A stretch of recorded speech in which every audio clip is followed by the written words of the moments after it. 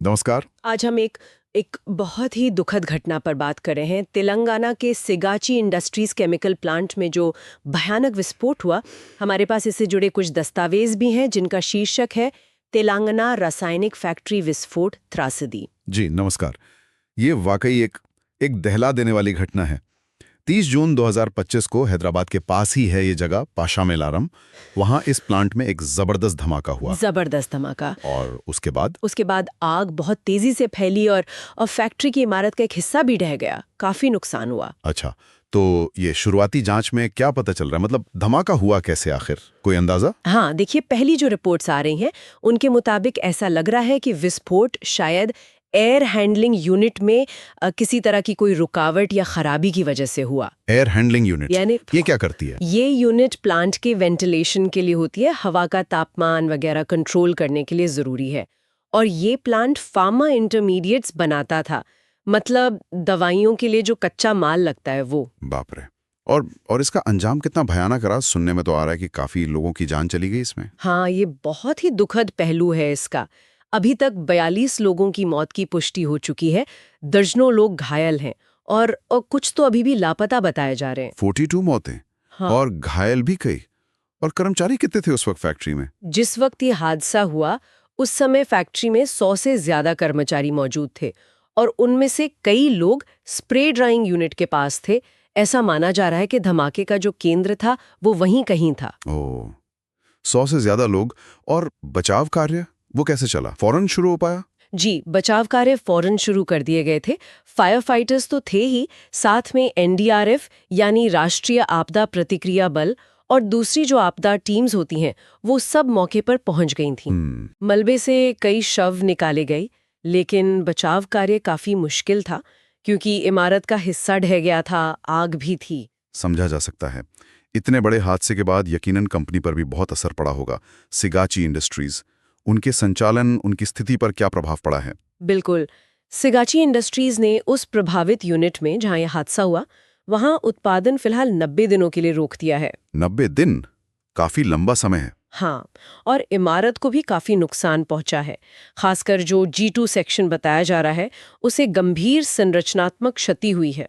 शायद वो उत्पादन का कोई अहम हिस्सा रहा होगा। और इसका असर शेयर बाजार पर भी दिखा होगा। निवेशकों की क्या प्रतिक्रिया रही? हाँ, बिल्कुल।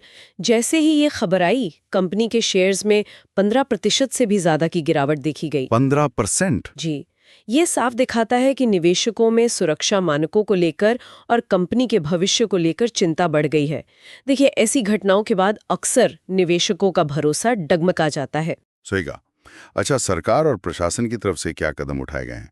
कुछ मुआवजे की घोषणा हुई? हाँ, प्रधानमंत्री और तेलंगाना के मुख्यमंत्री दोनों ने इस हादसे पर गहरा दुख जताया है और केंद्र सरकार और बिहार सरकार ने भी मदद का ऐलान किया है। बिहार सरकार ने भी? क्यों? क्योंकि जो कई मजदूर हताहत हुए वो बिहार से थे। तो दोनों सरकारों ने हर मृतक के परिवार को 2 लाख रुपए की सहायता राशि देने की घोषणा की है। और सबसे अहम बात यह है कि सुरक्षा प्रोटोकॉल में कहाँ चूक हुई इसकी जांच के लिए एक उच्च स्तरीय सरकारी समिति बनाई गई है। जांच समिति, ये जरूरी भी है। और जाहिर है इस घटना ने औद्योगिक सुरक्षा पर फिर से बड़े सवाल खड़े कर दिए होंगे। विपक्षी दलों ने भी शायद इस मुद्दे को उठाया होगा। हाँ, बिल्कुल। विपक्षी दलों ने औद्योगिक सुरक्षा नियमों को ठीक से लागू न करने को लेकर सरकार की आलोचना की है।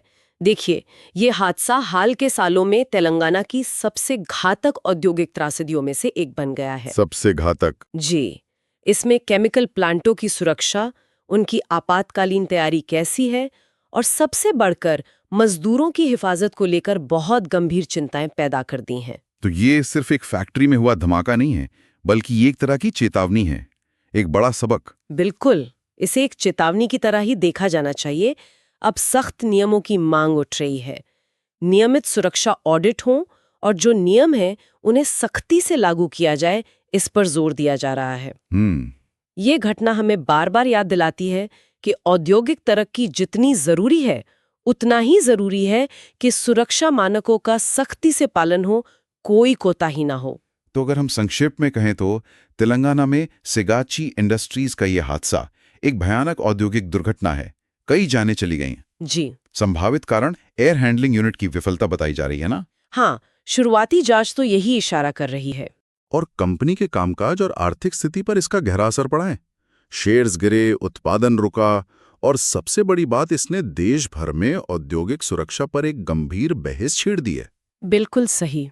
और यहाँ एक सोचने वाली बात ये उभरती है कि भविष्य में ऐसी त्रासदियों को रोकने के लिए क्या सिर्फ नियमों को और सख्त कर देना काफी होगा? अच्छा सवाल है। या फिर हमें उद्योगों, मजदूरों और जो निगरानी रखने वाली एजेंसियां हैं, उनके बीच सुरक्षा और जिम्मेदारी की एक पूरी नई सोच, एक नई संस्कृति विकसित करने की जरूरत है? मतलब एक बुनियादी बदलाव की जरूरत है शायद।